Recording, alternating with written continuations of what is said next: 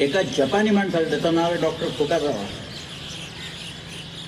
त्याला शिवाजी महाराजांच्यावर आपण संशोधन करावं असं वाटायला लागलं, म्हणून तो मराठी शिकला. एक जपानी माणूस इथं येऊन मराठी शिकतोय कारण त्याला शिवाजी महाराज वाचायचे होते. एक ताकाखोव म्हणून होता, त्या ताकाखोवनी सुद्धा शिवाजी महाराजांच्यावर चरित्र लिहिलेलं. केळुसकर ताकाखोव वगैरे करायचं.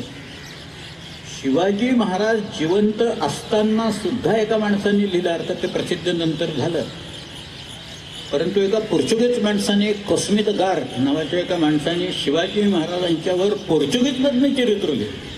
त्यांच्यावर लिहिलेलं चरित्र आहे सगळं अख्खं. ह्या लोकांना नाना देशाचे, वेशाचे, धर्माचे असे हे लोक आहेत आणि त्यांना ही प्रेरणा व्हावी की शिवाजी महाराजांच्यावर आपण इथं लिहावं.